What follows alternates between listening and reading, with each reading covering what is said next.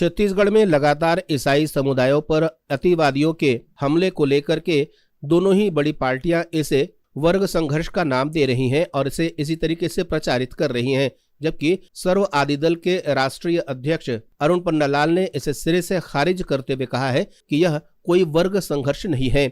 यहाँ तक कि जब मसीह समाज के साथ सताव होता है तो स्थानीय आदिवासी भी मसीह समाज का साथ देते हैं और उनकी पीड़ा को समझते हैं।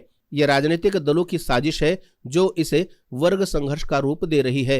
अपने राजनीतिक लाभों को सिद्ध करने के लिए वह इस तरह के कार्य कर रही है, जिसका उन्होंने पूरी तरीके से खंडन किया और इसे राजनीतिक षड्यंत्र करार दिया। भीड़ को उस्काया जाता है, ये प्रायोजित हमले होते हैं और कोई वर्ग संघर्ष नहीं है।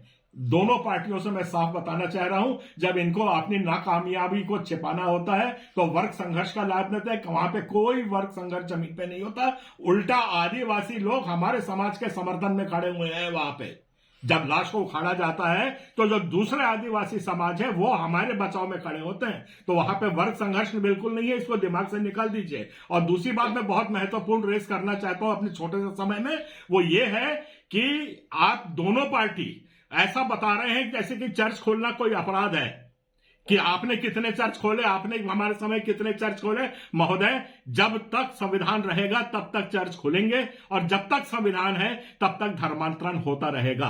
ये एक मिनट सर, मेरी बात खत्म नहीं हुई, प्लीज लिसन टू मी। और अगर सुनिए मेरी बात सुनिए, और अगर इसमें जो अनियमितता संवैधानिक होती है तो आप कार्रवाई करिए। उस कार्रवाई के लिए हमारा संगठन समाज हर वक्त आगे रहा है। कहीं भी लालच दीजिए, कहीं भी इस किस्म की कोई पैसा का खेल है, कुछ है तो दीजिए। हम तो भूखे समाज है, हमारे पास कहां से पैसे आए ये। और दूसरी बात, आखिरी बात में बह रहा हूं कि जब से हिंदुस्तान आजाद हुआ है 1950 से लेके आज तक एक भी मुकदमा या एक भी सजा हमारे पे अनियमितता से किसी धर्मांतरण का आज तक ना आरोप लगा है, ना सजा हुई है, ना कोर्ट में किसी ने आज तक उसको प्रूव कर पाया है। इतनी बात मैं कहता हूं। और ये सिर्फ एक राजनीतिक मुद्दा है, आप लोग राजनीति करिए, हमें उससे कोई आपत्ति नहीं है। कांग्रेस बीजेपी को बोले, बीजेपी इसको बोलिए, पर अब ईसाई समाज जाग गया है।